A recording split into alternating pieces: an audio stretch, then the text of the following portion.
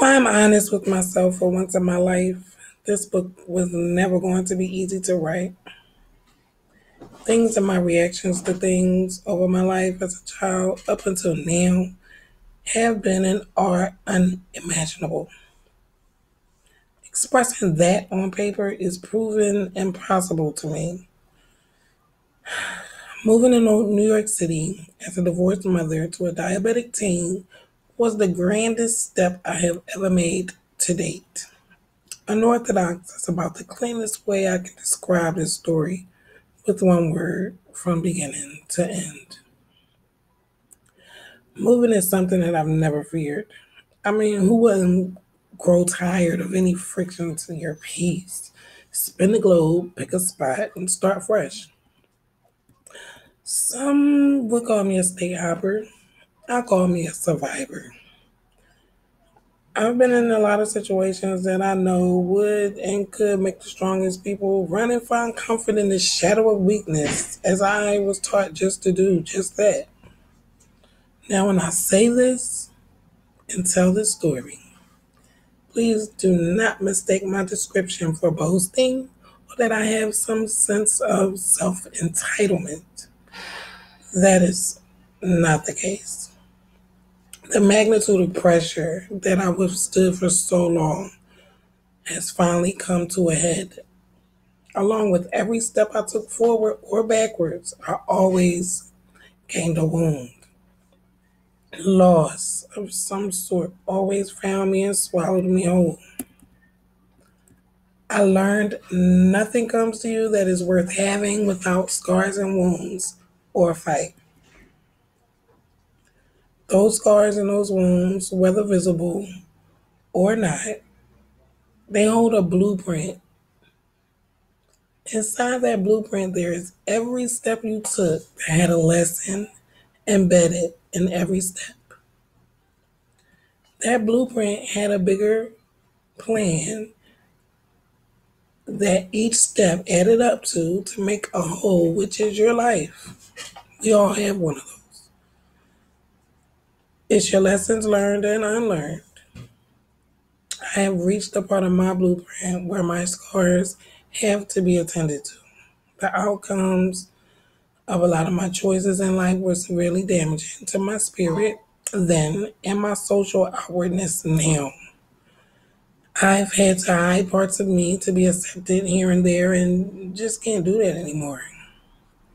That was unfair to my wounds then, and now in the midst of self care, this book is surfacing yet again.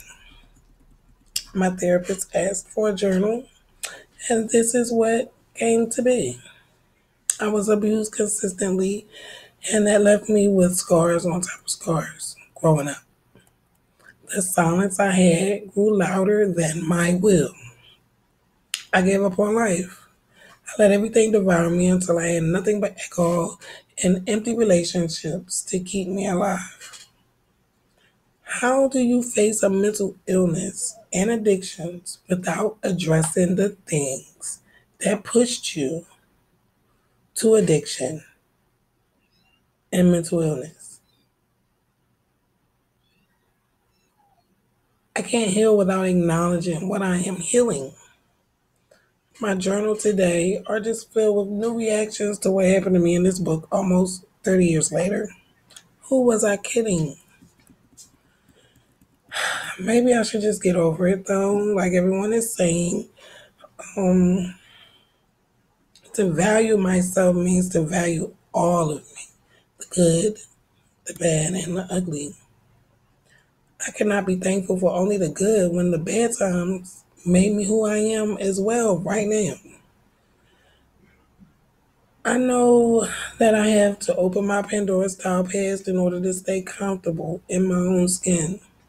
I also, as a grown woman, want to help at least one person who may have or will be in a whirlwind of situations that they have no control of. Somehow I made it out. I turned my whole life around. I have a sober view of a world I never even knew existed. Abusing alcohol at 12 years old until now to cope really took its toll on me. I haven't walked a straight path for decades, but I came to New York to start completely over, mentally and physically. This is my second biggest step, trying to let go correctly. This book will one day be a guide for my daughter and other daughters and women, people.